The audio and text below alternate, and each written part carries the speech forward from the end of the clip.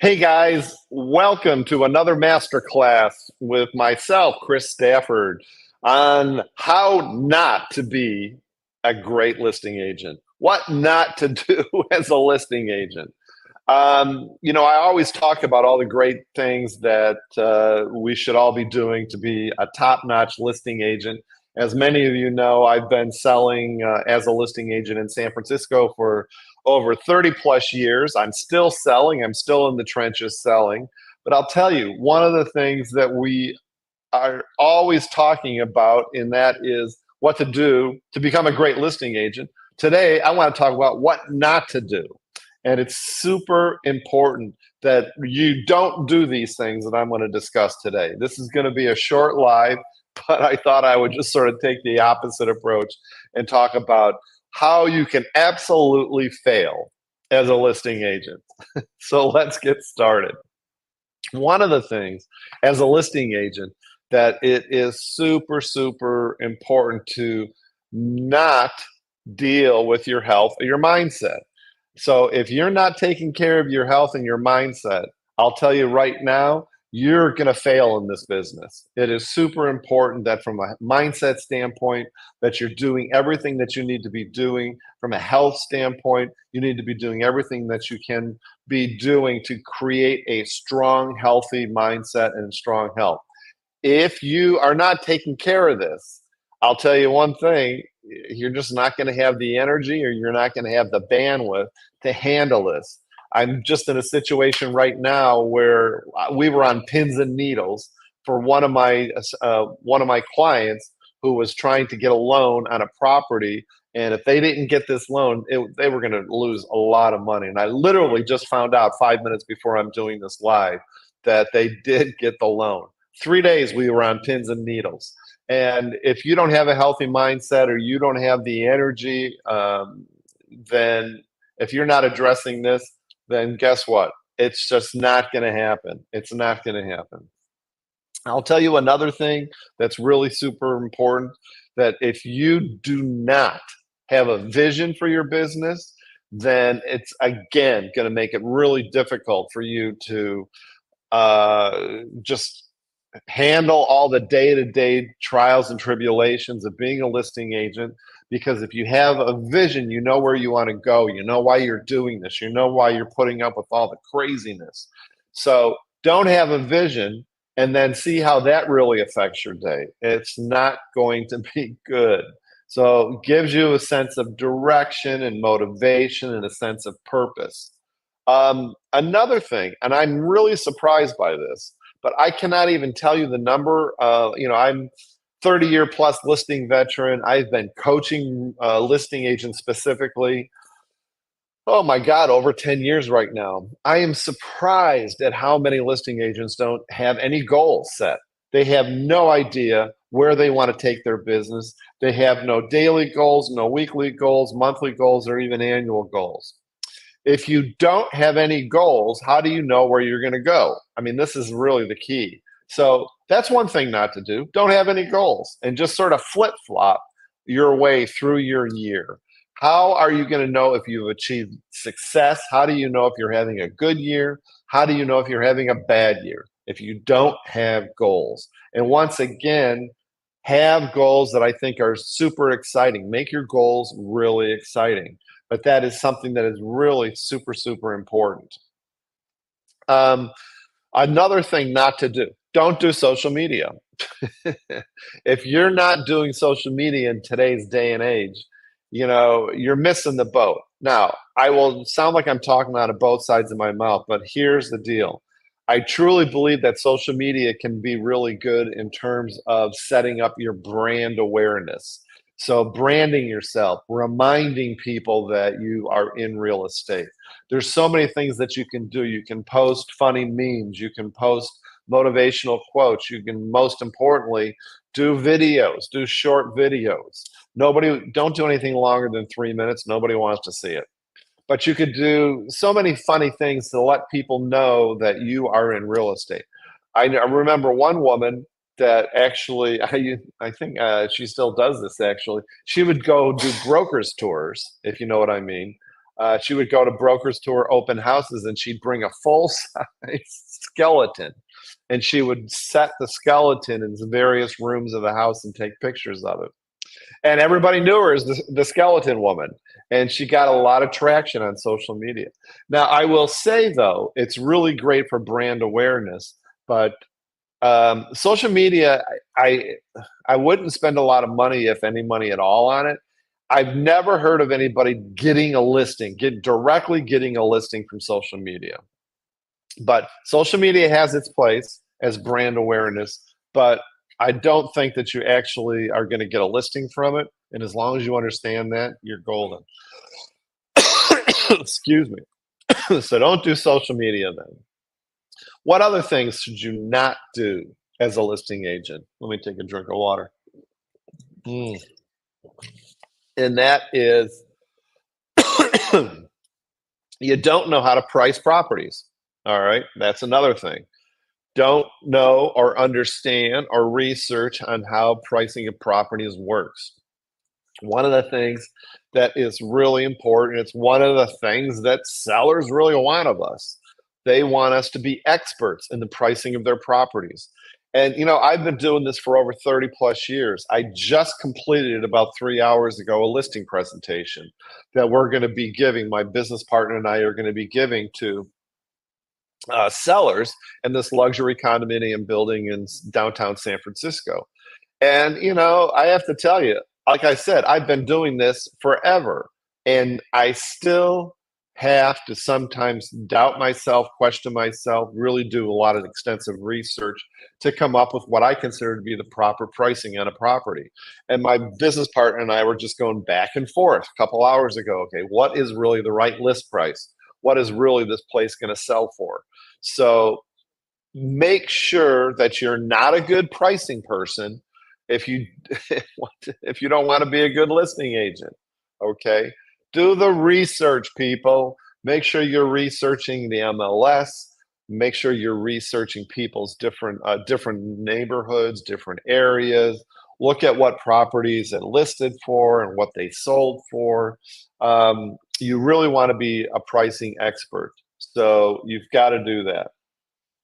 Another thing you shouldn't do, okay, if you want to be a terrible real estate agent, listing agent, and that is don't be organized and don't communicate with your sellers. One of the things that you want to do is you need to be organized. There's so many tools out there that you can use to organize yourself and to make sure that you're only doing the income producing activities that you really should be doing. And then couple that with communicating. If you want to be a terrible listing agent, don't communicate with your sellers and see how pissed off they get. You have to communicate with your sellers. Super, super important. And just communicating and being organized so things don't fall between the cracks. It can be almost 50% of the work that you really need to do. And one of my tricks that I always do when I'm meeting with sellers for the very first time, I'm always asking them, how often do you want to hear from me? When do you want to hear from me? How do you want to hear from me? These are all things that can really set the seller's expectations, set your own expectations, and then adhere to that. If a seller said, if you just email me once a week with updates on, showings and everything else, I'm fine with that. Well, then do it once a week. Send that email and do it because you're organized. But if you want to be a terrible listing agent, don't do it. Another thing is super important. If you want to be a terrible listing agent, then be distracted constantly with shiny objects. That is a big problem that all of us real estate agents, especially listing agents, have, is that we're always distracted by the next thing, the next shiny object that's going to improve your sales, the next auto dialer, the next listing presentation, the next glamour shot. I mean, you name it. It is something that you absolutely, absolutely have to keep away from. So what that means, stay with the basics. You want to stay with the basics. So don't get caught up in shiny objects. With my coaching clients that I'm always coaching, I'm always saying, let's find 3 different marketing strategies that are really going to work for you. Let's deep dive into those 3 different marketing strategies so we're filling up your listing pipeline. And guess what? We'll be really efficient. We'll have consistent listings. But if you're constantly being pulled and yanked in different directions because some new coach said you got to do it this way, or you got a new CRM, or there's some auto dialer, don't do it. All right? Stick to the basics. Another thing, if you want to be a terrible real estate agent, you don't follow up with any of your prospects. I mean, how many times have you heard that money is in the follow-up? I mean, it's really great if you're going to go out there and you're going to do your marketing strategies to fill your listing pipeline, and someone says that, they're going to move in 6 months or 3 months or next month or whatever, and you generate all these leads, and then don't call them. That's how you can be a lousy real estate agent. If you don't call your leads. Calling your leads is just as important, if not more important, than actually finding the leads to begin with. I mean, don't even find prospects to call if you're not going to do the lead follow-up. And that's a really big issue with a lot of real estate agents that I talk to, is they'll do a good job prospecting, but then they won't follow up with the leads. So make sure you take that to heart. Part and parcel of that also is make sure that you're calling your SOI, your sphere of influence.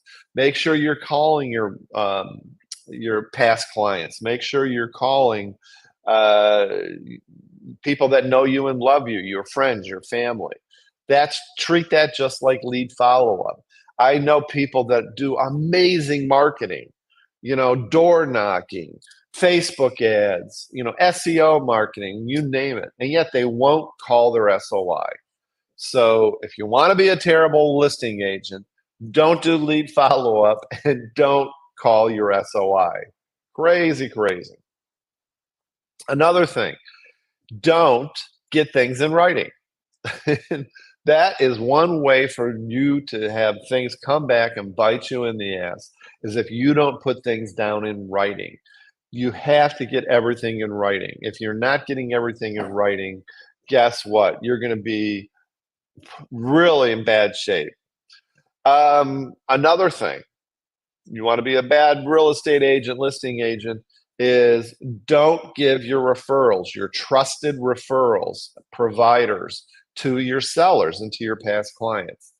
That's the easiest way to stay in touch with your past clients. It's the easiest way to stay in touch with your SOI, and is to give them referrals to people that do great work. Super, super important.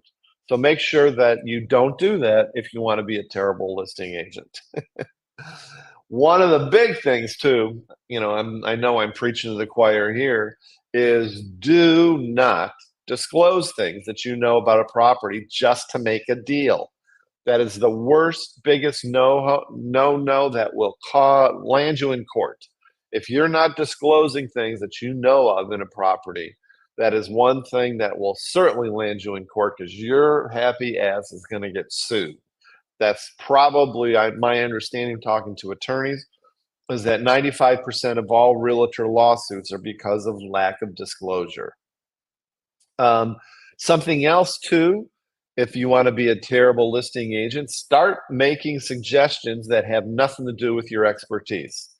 Another perfect example of this is you start opining on why something's going wrong in a house. You're not a contractor. You don't know why the light doesn't work, or you don't know why the furnace doesn't work. Don't make suggestions to sellers. Make sure too, again, that you do this, and that is to communicate with your clients as much as possible. Here's another tip. If you want to be a terrible real estate agent, list a house for sale that's dramatically over what the property is worth. I don't understand why some listing agents do that. they take a property and they list it at 10, 20, 30% over what the market value of the property is. I always tell sellers, I am in the business to sell listings. I am not in the business to list listings, to list homes. I want them to sell. And if you're not honest with your sellers about the price, guess what? That will come back to bite you as well. So this is something else not to do. If you want to be a terrible listing agent, don't be honest about the price. Ian, there's so many other things that we could get into and talk about. And not having E&O insurance is something that's very, very important. But these are just some ways to be a terrible listing agent. These are some things not to do as a listing agent. And I would love to talk to you at any point in time about the right way to do this. But make sure, please make sure that you are doing the opposite of everything that I'm talking about here. Hit me up and the link around this video, or hit me up in my DMs if you want to set a time and talk about how we can make your listing business more efficient, how we can find you more listings, consistently fill up your listing pipeline, and 2x, 4x, 10x your listings and your commissions. And we can do that in real short order using my triple M approach, the micro momentum marketing approach. So you let me know what you're doing on this list of what I just talked about. And I hope that you have the most wonderful day. And I hope that I talk to you real soon. All right. You guys take care.